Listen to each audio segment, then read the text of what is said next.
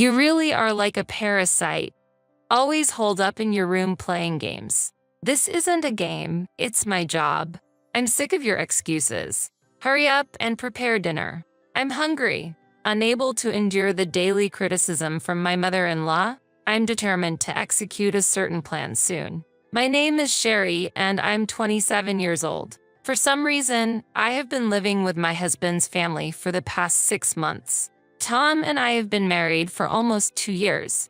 I primarily earn from an internet business at home and make a steady profit. I started a blog out of curiosity in high school and immersed myself in the internet world, but my desire for a normal romance never completely vanished. However, spending most of my time at home in front of the computer, I had few opportunities to meet men and no friends to introduce me to anyone. Then I thought of registering on a matrimonial site or a dating app to easily find a partner.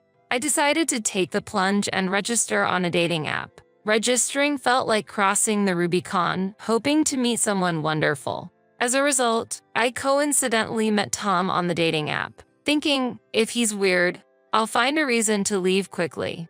I waited at the meeting place and saw a man with a refreshing smile. Before I knew it, my face was bright red. Tom, sensing my nervousness, initiated various conversations. Thanks to Tam's talkativeness. Even though I'm a shy person, I got completely absorbed in our conversation. After several dates and visiting various places, I thoroughly enjoyed the time walking with Tom even though I was usually glued to my computer. A month after meeting him, I confessed, "Would you be my boyfriend?" And we started dating. I was surprised at myself for making such a bold move. A year into our relationship, Tom proposed, saying, "Let's get married." I replied, "Are you sure about me?" Of course, I had no reason to refuse. My parents really liked Tom and were overjoyed about our marriage. They were concerned I might end up single for life. I also visited Tom's family. Tom's family included his parents in their 50s, a sister 5 years older than him, and his grandfather, all living together under one roof. Tom didn't talk much about his family, but eventually I understood why. His grandfather seemed kind, but the other family members kept their distance and responded indifferently. His grandfather didn't seem to be very close to his other family members. My father-in-law was rough in speech and seemed careless. My mother-in-law was a bit too flashy for my taste. She bragged a lot, having graduated from a prestigious women's university.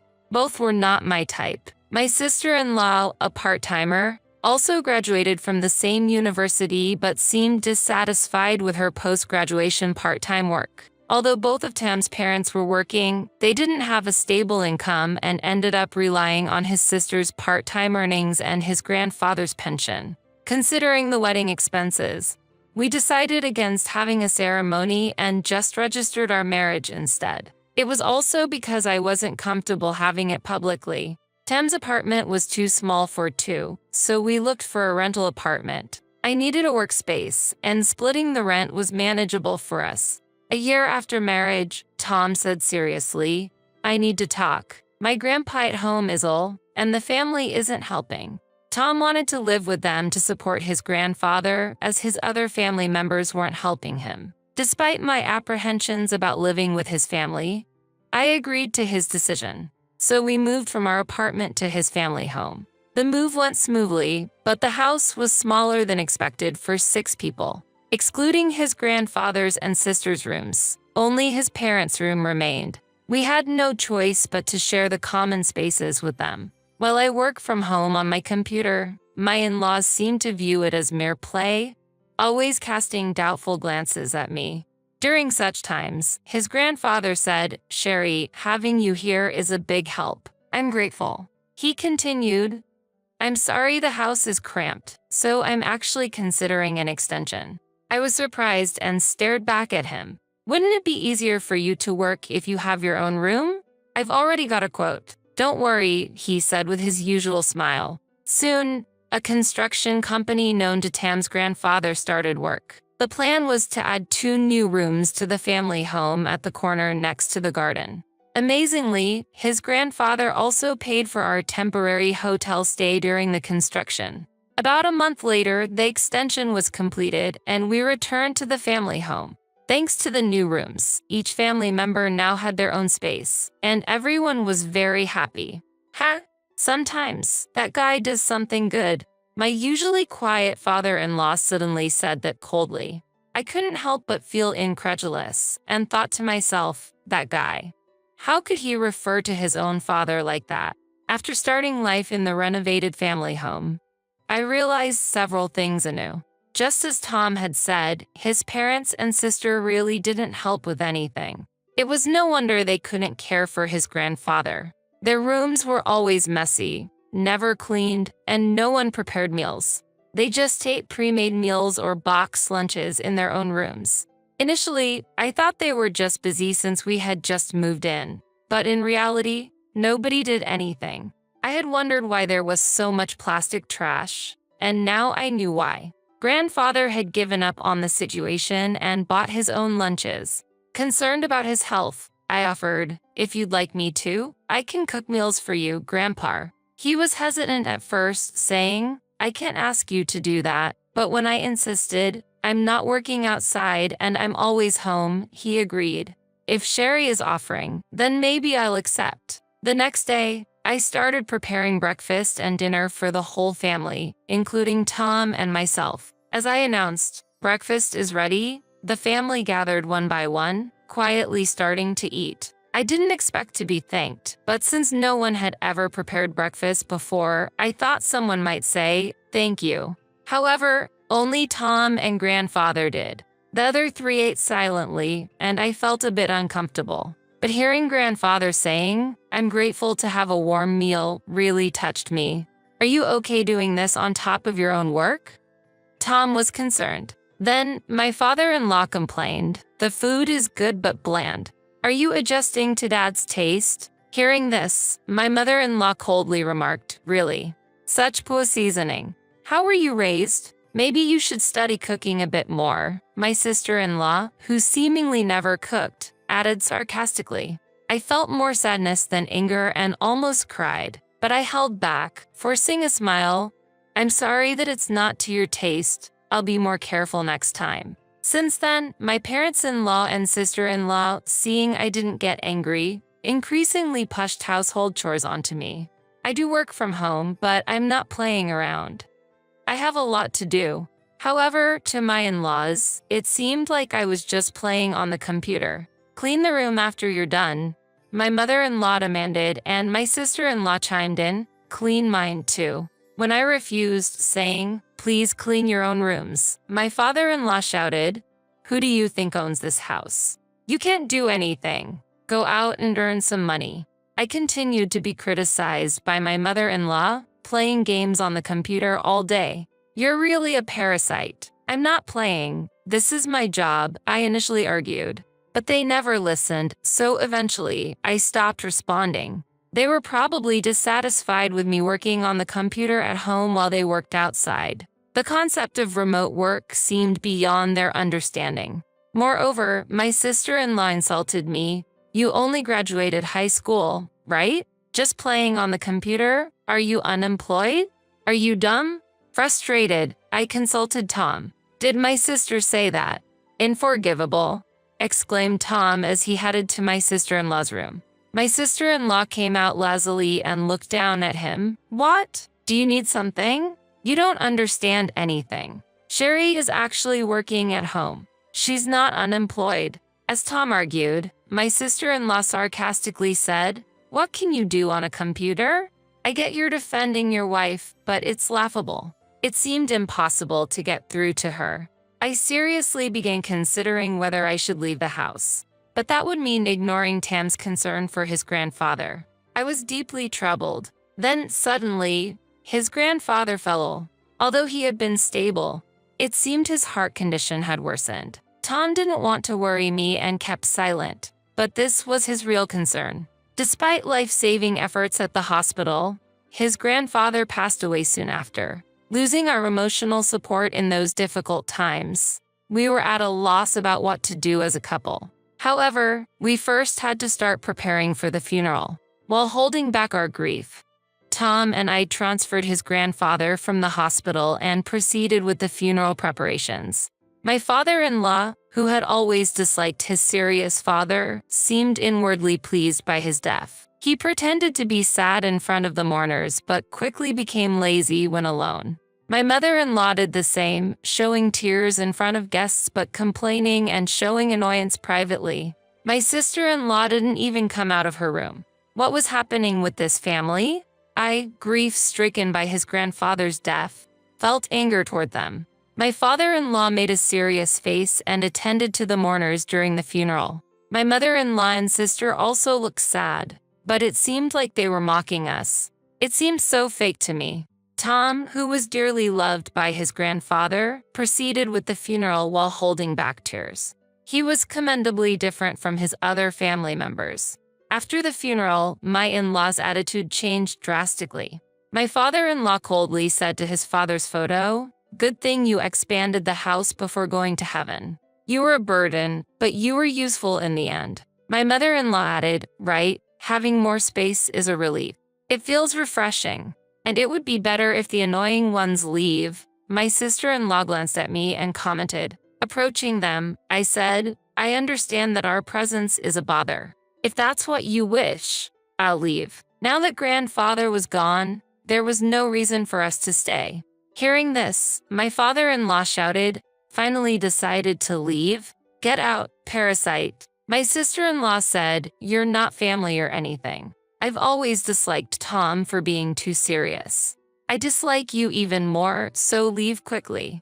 My mother-in-law continued, "You're bad at cooking and cleaning, neurotic and weird. Just leave quickly." I tried to remain calm and told them, "Okay, I'll leave, but wait for a week. I need to prepare for the move." Tom and I had already planned to leave the house. We had decided living with my in-laws was impossible and had already chosen a place to move to. We intended to take grandfather with us, but he passed away before that. There was no turning back. We had to move forward. A week passed, and the moving day came. "I'm leaving then," I said politely on purpose. "Get out. You were always in the way." My father-in-law rudely retorted. "You've been living in my house and can't even say thank you," he continued. "I'm leaving, but I've been paying the mortgage for this house," I counted, and he laughed it off disdainfully. "Unemployed people playing on the computer can't possibly pay the mortgage." "Stop lying," he retorted mockingly. That's when Tom intervened. "Dad, you thought Grandpa was paying the mortgage, but it was actually too much for him. So, Sherry decided to take over it. The mortgage was in Grandpa's name, but Sherry had been paying for it." My father-in-law looked surprised and incredulous. "No way. How much is she earning anyway?" My father-in-law asked. I calmly replied, "Well, I earned about $20,000 last month." My mother-in-law and sister-in-law looked skeptical at my casual response, but it didn't matter to me. It was the truth. "Now that Grandpa has passed away, you, as the heir, will own this house," I said with a smile. My father-in-law raised his voice, of course. "What are you talking about?" Then I continued, "So, please take care of the inheritance tax. Oh, and don't forget about the remaining mortgage." My father-in-law turned pale. "What? You said you were paying the mortgage." "Yes, I was paying for it, but it was to help Grandpa. Now that he's gone, I'm not obligated to pay." My in-laws looked astonished at this revelation. My father-in-law hesitantly asked, "So, how much is left on the mortgage?" I deliberately didn't give a clear answer. Probably about $100,000. My father-in-law collapsed in shock. Also, all the furniture and appliances purchased during the renovation were bought by me. A moving company will come to collect them later. They were speechless, but it was no longer our concern. With that thought, we decided to leave the family home. "Take care and goodbye," I said with a smile as Tom and I walked away. I had no regrets. Tom and I quickly moved to our new apartment. After unloading our things, Tom murmured, "We just couldn't get along with that family." "Huh?" I looked at Tam's face. Tom slowly began to open up. Grandpa was the only one who was always kind to me, like a real family. I was surprised at his words. Dad always told me to work. It became unbearable. But this is for the best. Tom said that with a relieved smile. By now, the family home would be bustling with the moving truck. Most things would be gone, except for the new furniture and appliances we bought. Maybe we were a bit harsh, but after being insulted for so long, it seemed hardly enough. Sometime after moving, the phone rang. It was probably from the family home. I deliberately ignored it a few times before answering. "Hello," I responded. From the other end, my father-in-law's angry voice came through. "Why is the inheritance tax so high? I never heard anything about it. I can't pay this, and the mortgage payments are so high. Plus the utility bills. What should I do?" I had anticipated my father-in-law wouldn't be able to pay. I knew the land prices in the area around the family home were rising. An increase in inheritance tax was easy to predict. Moreover, because my in-laws were all either regular or part-time workers, they were barely managing on grandfather's pension. They couldn't afford the mortgage payments. The extension was possible because I was paying the mortgage. "If you can't make the payments, you'll have to sell the house and use that money to pay," I suggested calmly. "Help us. We're family." I was wrong before.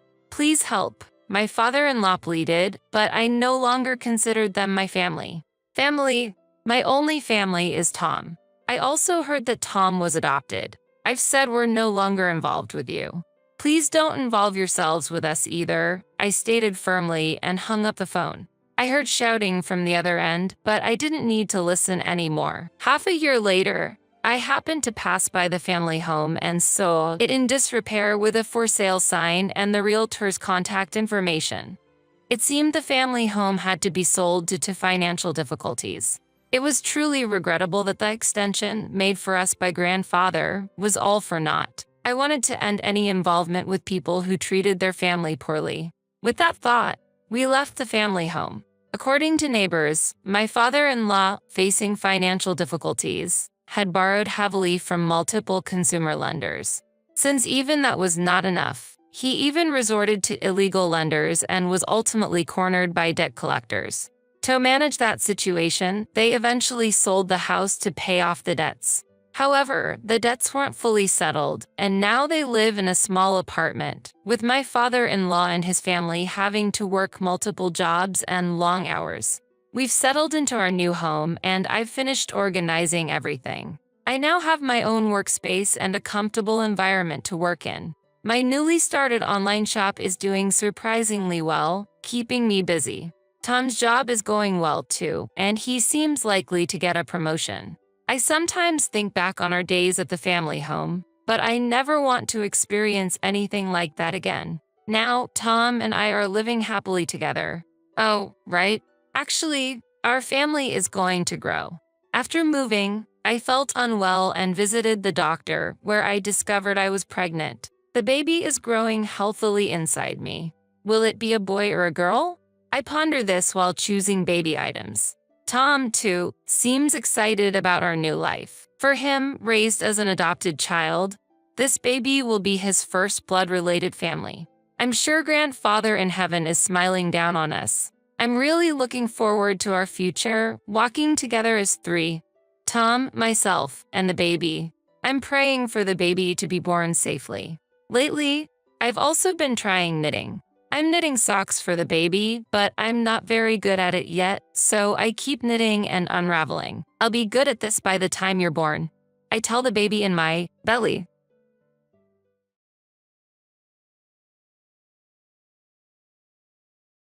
My name is Lindsay. I'm a 29-year-old company employee, and this year means I'm getting older still.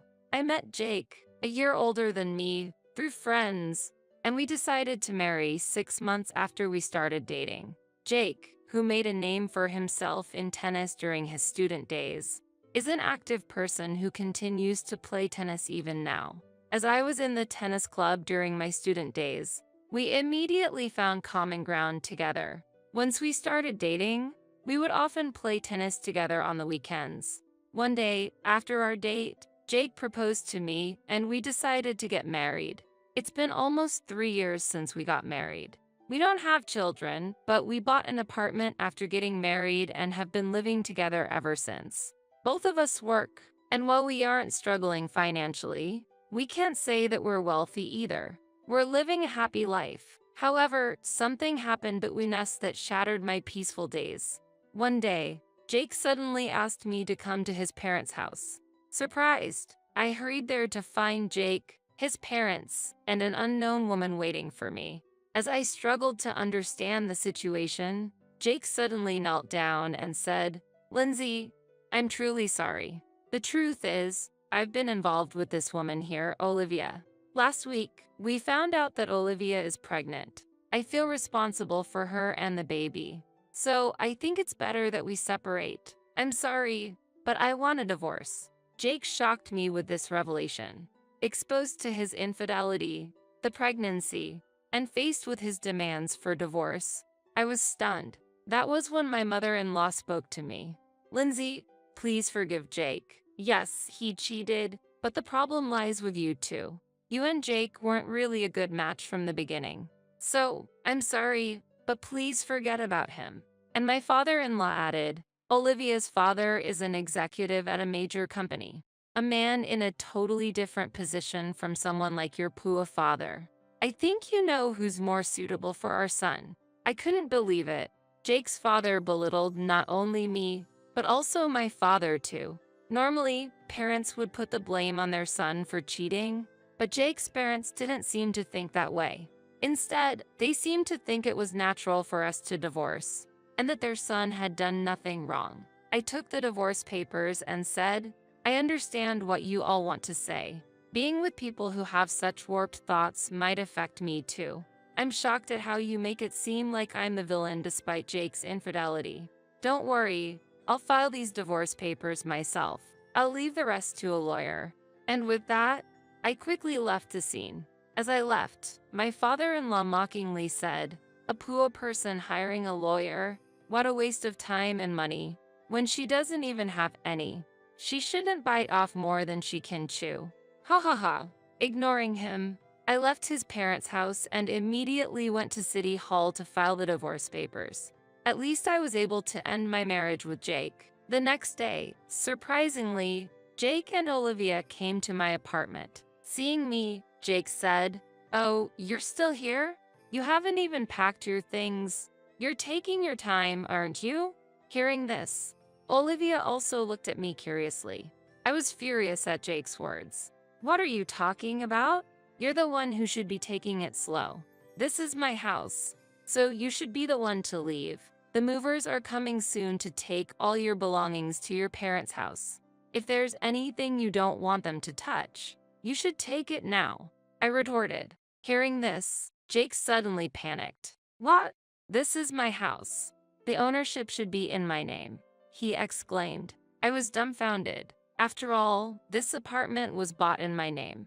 I had already told Jake about this, and about my family's background before we got married. But it seems that Jake is the type to conveniently forget things that don't suit him. Perhaps this carefree nature is why he was easily swayed by Olivia.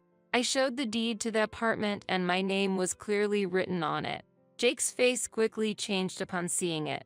Meanwhile, Olivia's face began to cloud over with anger. "Jake, what is this all about? This is completely different from what you told me before. Were you deceiving me?" Olivia began to confront him. This is strange. What's happening?" Jake responded in confusion. "That's not an answer. Explain yourself." Olivia pressed on. "First, this is my house, so please take your argument outside. And just so you know, Jake has various debts. So if you're planning to marry him, be prepared for that burden." I calmly stated the facts to Olivia. Hearing this, Olivia seemed about to say something, but I didn't care and kicked both of them out of the room, slamming the door behind them.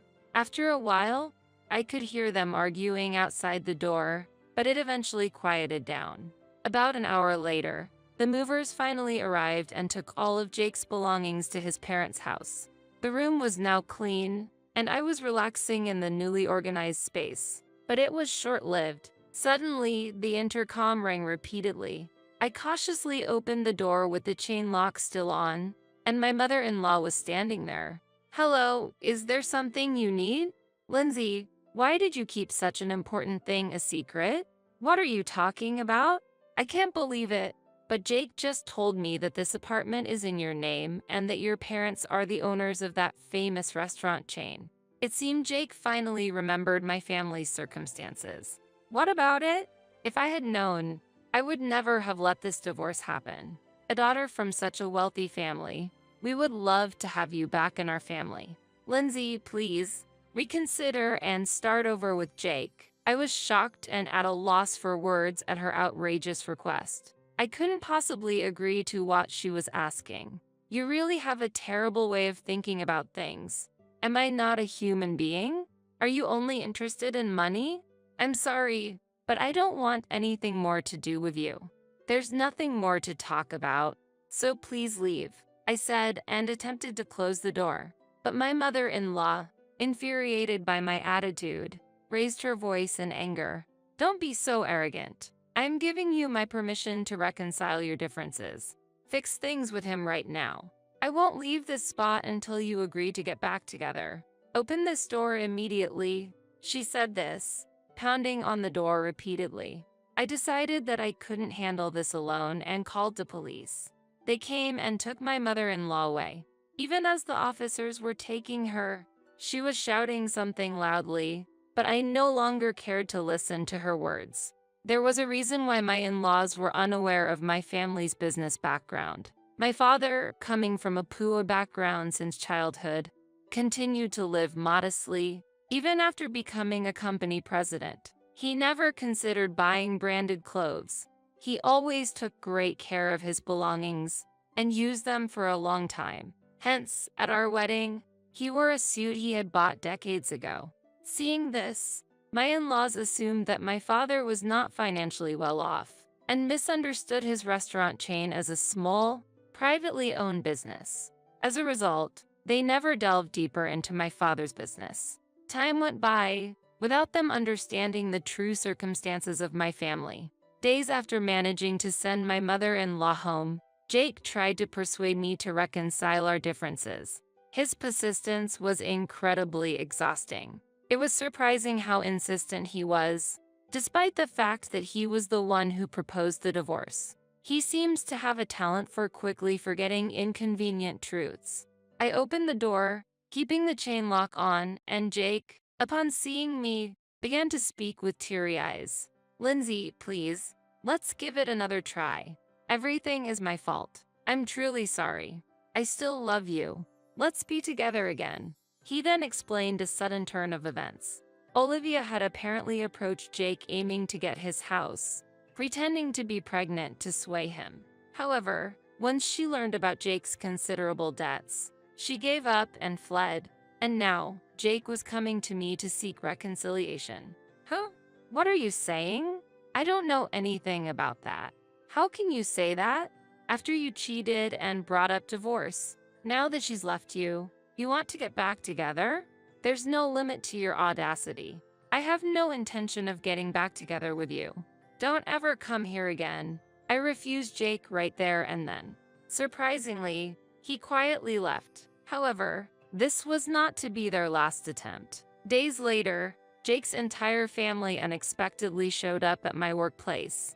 They were shouting, "Bring out Lindsay. Get that woman out here. We know she's here," causing chaos in the office and leading to the security guards being called. I stood there, dumbfounded by the situation. But they wouldn't have things their way any longer. I worked at the headquarters of my father's company, and that day, my father was also in the office. All of my colleagues also supported me. Hey, what are you doing? This is my company. Don't just barge in and make a scene. I know everything you did to demean my daughter. Don't ever come near her again, and never set foot in this company again. My usually calm father shouted furiously at my ex-in-laws. Everyone, including the employees and Jake's family, must have been surprised at the anger of my father, who usually only shows his gentle and calm side. Sorry. We're really sorry. Jake's family desperately apologized. My father's stern words had immediately quieted them down. As they were being escorted out by security, My father shouted in a strong voice, "Don't you ever come here again, and never do something like this again. I won't allow it. You understand?" Hearing this, I couldn't stop myself from crying. I felt a deep sense of gratitude that my father had gotten so angry for my sake. Later, through the company's legal advisor, I decided to seek damages from Jake's family. I sought damages for the divorce due to Jake's infidelity, for his persistent attempts at reconciliation after the divorce, and for the disturbance at my workplace.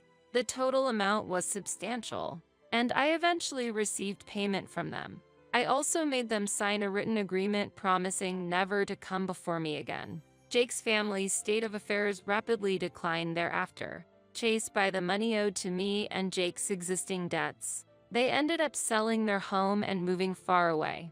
In town, the story spread that Jake had committed adultery, divorced his wife, and after being abandoned by his mistress, attempted to reconcile.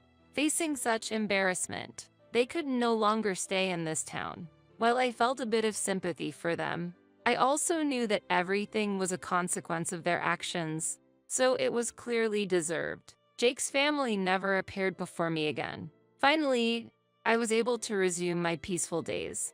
However, my father had harsh words for me as well regarding what had happened. He blamed me for not recognizing before the marriage that Jake was a person who would commit adultery and accrue debts. Certainly, while Jake was at fault, my lack of insight was also partly to blame. Unable to argue with my father, I felt disappointed and disillusioned with marriage. I felt that I needed to give my heart a break. However, about a year later, I decided to marry my colleague, Matt. Matt was sincere and earnest in his work, trusted by everyone. I was initially attracted by his personality, but as we started dating, I was also drawn to his lifestyle. His life was surprisingly simple. He never indulged in branded items, used everyday things for a long time, but generously spent money and spoiled me on dates. His behavior was very similar to my father's. My father, who usually saves money, would splurge on family trips, bringing us joy. I deeply loved and respected my father. Realizing Matt's actions were similar to my father's, I felt that I could be happy with him in the future. Therefore, I decided to marry Matt. I was worried about being scolded by my father for remarrying within a year of my divorce, but his reaction was surprisingly positive, probably because he had heard of Matt's reputation at work and knew of his character. There was nothing bad said about Matt, and from my father's perspective as the company president, Matt seemed to be performing exceptionally well. "I feel confident that Matt will take good care of you, Lindsay," my father told me happily. Matt and I were happily married. Not long after our marriage, we discovered that I was with a child. The happiest person to hear this news was undoubtedly my father. I was so glad to see my father happy. Reflecting on my time with Jake, where we didn't have children even after 3 years of marriage, it seemed like a stroke of luck. Matt and I plan to take over the company in the future. We are currently learning the basics of management from my father. Although there are many challenges, we accept that they are our responsibility as successors, and we are working hard together. We believe that we will need even more effort for the sake of our upcoming child, despite all that's happened. I am now very happy. Together with my family, we intend to firmly support this company in the future.